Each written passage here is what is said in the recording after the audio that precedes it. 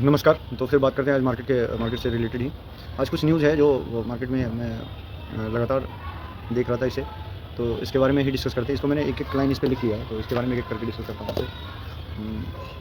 सबसे पहले न्यूज़ है रिलायंस के बारे में। रिलायंस जो इंडियन मार्केट का एक बहुत बड़ा जाइंट कंपनी है, बहुत बड़ी जाइंट कंपनी है। जो सबसे बड़ी कंपनी यही है, रिलायंस इंडस्ट्री। तो इसने रोल्स रॉयस ब्रिटेन की एरोस्पेस की कंपनी है, उसके साथ एक करार करा है, जो कि स्वदेशी कॉम्बैट इंजन डेवलप करने का काम करेगी, विकसित करने का काम करेगी। तो एक पॉजिटिव न्यूज़ है ये। हो सकता है रिलायंस में सडन 2-3% के आसपास जंप देखने को मिले। दूसरी कंपनी है वोल्टाज जो कि एयर कंडीशनिंग और होम अप्लायंसेस में काम करती है, के लिए काम करती है और बनाती है। इसका रिज़ल्ट बहुत अच्छा आया है। इसमें ग्रोथ जो है 19% का रेवेन्यू ग्रोथ है, और नेट प्रॉफिट जो है 140 सीआर से बढ़ के 214 सीआर के आसपास आया है। तो एक अच्छा ग्रोथ माना जा रहा है कि 36-37% का ग्रोथ है नेट प्रॉफिट में। तो एक मार्केट इसको पॉजिटिव वे में ले सकती है, और 3 से 5% के आसपास, इवन 7% के आसपास हो सकता है स्टॉक प्राइस में इसमें जंप देखने को मिले। एक और कंपनी है एथर एनर्जी, जो इलेक्ट्रिक स्कूटर बनाती है। इसका जो इसने अभी कुछ दिन पहले क्यूआईबी करा था। क्यूआईबी 1300 करोड़ के आसपास करा था, और बोर्ड ने फिर से एक बार प्रेफरेंशियल इशू के लिए 1200 करोड़ के आसपास मतलब मान्यता दे दी है इसको। और हो सकता है ये टोटल मिला के 2500 करोड़ के आसपास ये कंपनी जुटाएगी। एक कंपनी है पतंजलि बाबा रामदेव की कंपनी है। हालांकि बाबा रामदेव का इसमें स्टेक बहुत कम है, और एग्जैक्ट तो नहीं ध्यान है मुझे, लेकिन मैं देख करके आगे बताऊँगा आपसे। और इसका जो प्रॉफिट आया है काफ़ी अच्छा आया है, और 180 करोड़ से बढ़ के 336 करोड़ के आसपास आया है नेट प्रॉफिट।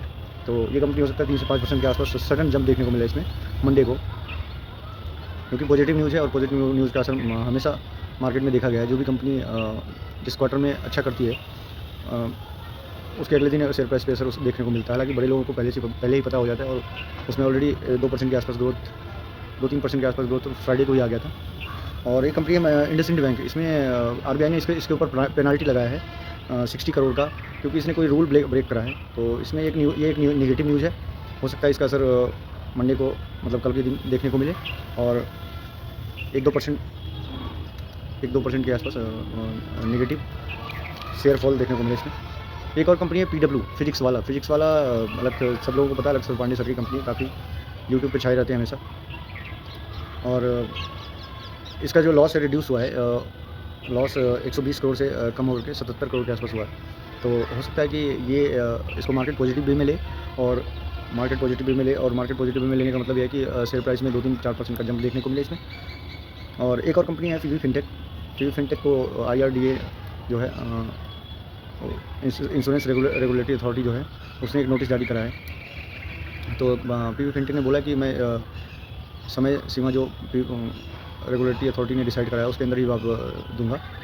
अच्छी कंपनी है पीवी फिनटेक, ग्रोथ अच्छा है इसमें, और अच्छा कर रही है। पिछले 3 साल में ऑलमोस्ट डबल के आसपास हो गई है। 2022-23 में इसका आईपीओ आया था, और 700 रुपये के आसपास इसका आईपीओ आया था।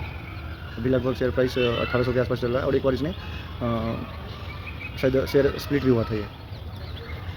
बोरोसिल करके कंपनी है। इसमें नेगेटिव न्यूज़ है, नेट प्रॉफिट जो है घटा है इसका। तो हो सकता है कंपनी, हो सकता है मार्केट इसको नेगेटिव उसमें ले। स्किंडर इलेक्ट्रिक का लॉस जो है ये भी कम हुआ है। मतलब लॉस कम हुआ करने का मतलब ये है कि लॉस कम होने का मतलब ये है कि नेट प्रॉफिट जो है पिछले क्वार्टर से कम हुआ है। तो ग्रोथ मतलब डी ग्रोथ हुआ है इसमें।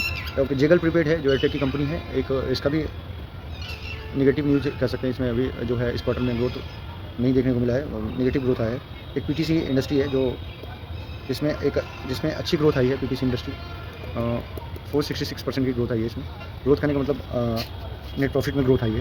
तो ये एक इसको कंपनी हो सकता है कि मार्केट पॉजिटिव वे मिले, और 10% के आसपास सर्किट देखने को मिला इसमें। तो आज के लिए तो इतना ही था डिस्कस करने को, और मैं नीचे एक लाइन लिख रखा था इसके बारे में। तो यही मैं देख करके ही बता रहा था आपको। अभी वीडियो बनाने से पहले मैं इसको प्रिपेयर कर रहा था।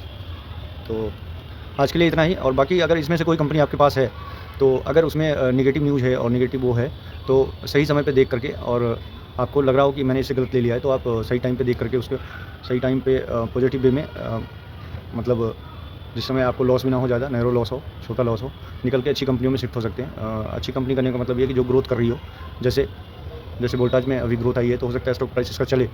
और भी कंपनी है जो अच्छा ग्रोथ आई है, जिसमें ग्रोथ आया है।